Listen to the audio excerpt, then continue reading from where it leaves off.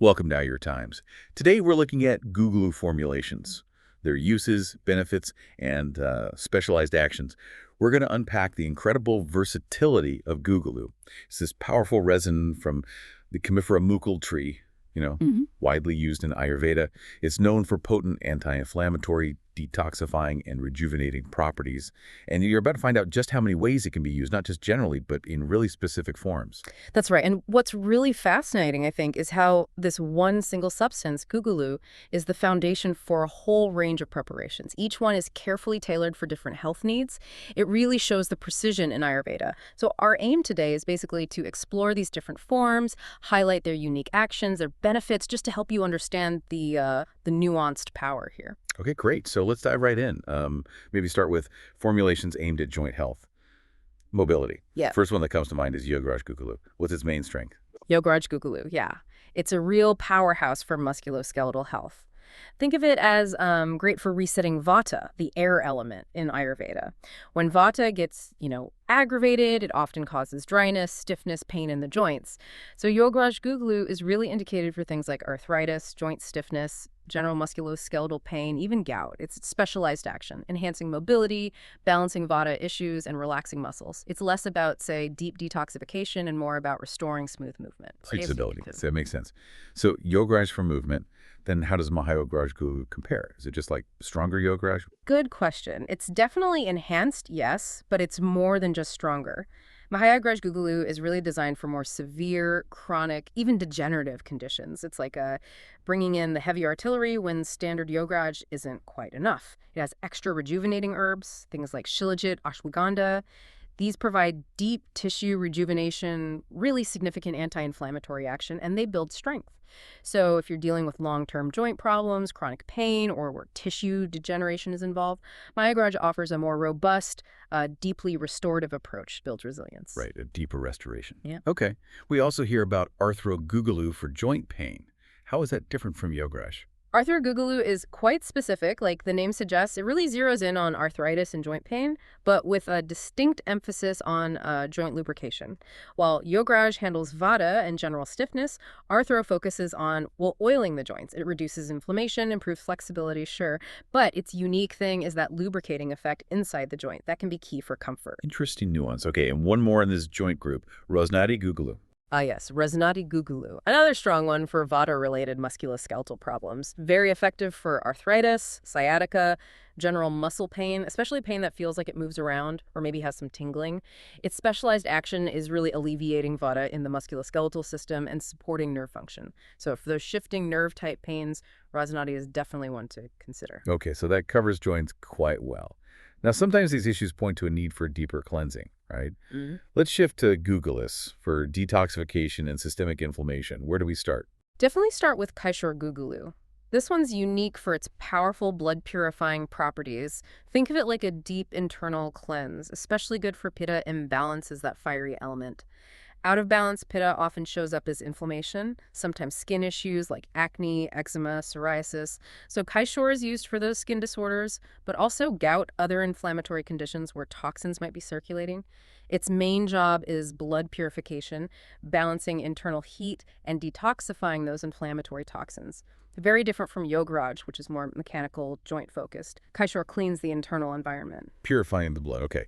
You mentioned detoxifying toxins. How does Simhanad Guggulu fit in here, especially with chronic inflammation? Simhanad Guggulu, right. Key for chronic inflammatory conditions, particularly rheumatoid arthritis. While Kaishore is about blood purity, Simhanad really emphasizes eliminating ama, those metabolic toxins, undigested waste that builds up. It relieves pain and stiffness through anti-inflammatory action, but also uniquely through a gentle purgative action. This helps with really comprehensive toxin elimination. So compared to others, it really focuses on flushing out deep-seated impurities that fuel chronic inflammation. Sounds like a real reset.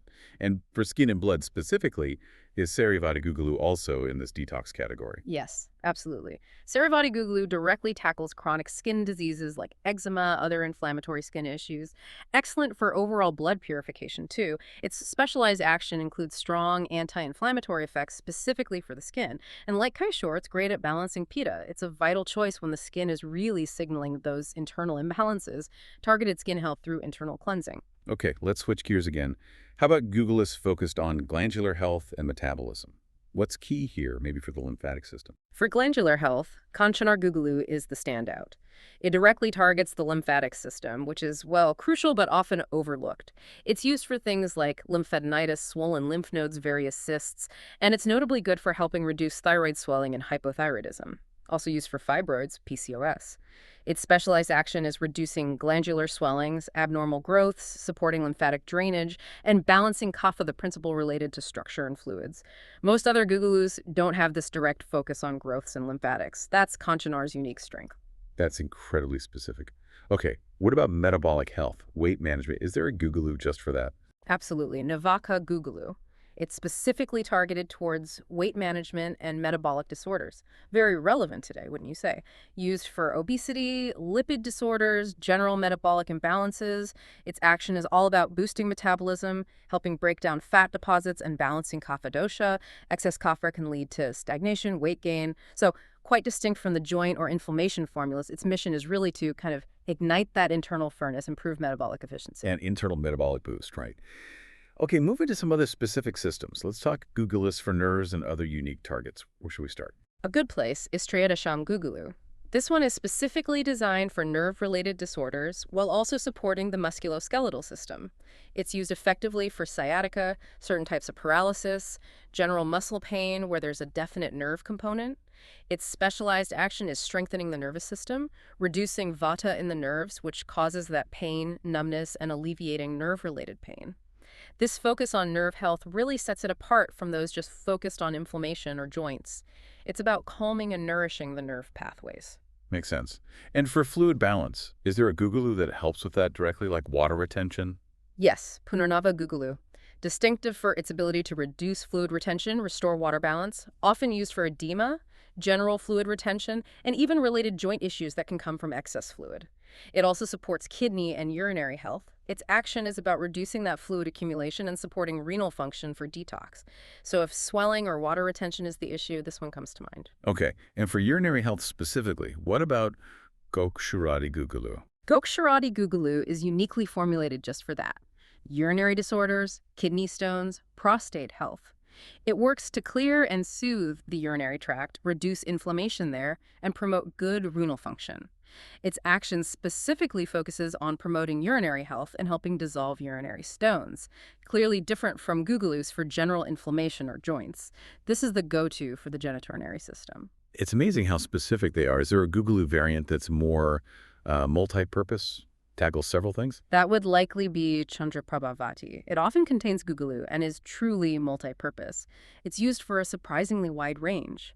UTIs, supporting in diabetes, various reproductive disorders like menstrual issues. Its specialized action balances reproductive health, supports urinary function, and helps regulate blood sugar. This broad focus on multiple interconnected systems really sets it apart from the more condition-specific ones. It's like a broad-spectrum balancer. We've covered a lot. What about a Guggulu for Vita disorders? Maybe especially useful after childbirth. Ugh, that would be Dashmol Guggulu. It combines Guggulu with Dashmol, the 10-root combo. Makes it unique for Vata disorders. Particularly beneficial for postpartum recovery, strengthening the nervous system. Its specialized action reduces Vata imbalances and profoundly supports nervous system health. Not the main focus for most other Guggulus. Excellent choice for nerve support and recovery, especially post-childbirth. Okay. Are there any Guggulus for really specific things like, say, hemorrhoids or bone health? Yes, indeed. For anorectal issues, there's Saptavinshati Guggulu, specialized for hemorrhoids, fistula, anal fissures.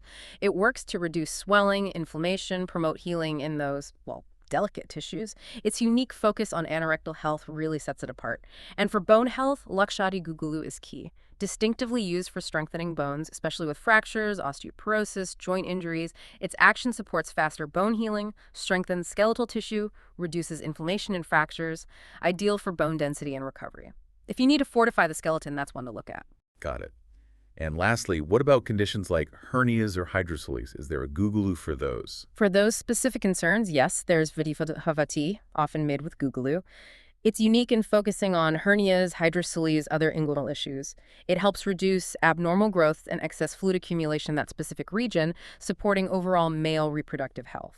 This very targeted action on growths and fluid in the inguinal area makes it quite different from the others, addresses a very precise set of problems. Wow. It really is remarkable how one single resin can be transformed into so many different formulations, each with its own specific therapeutic action.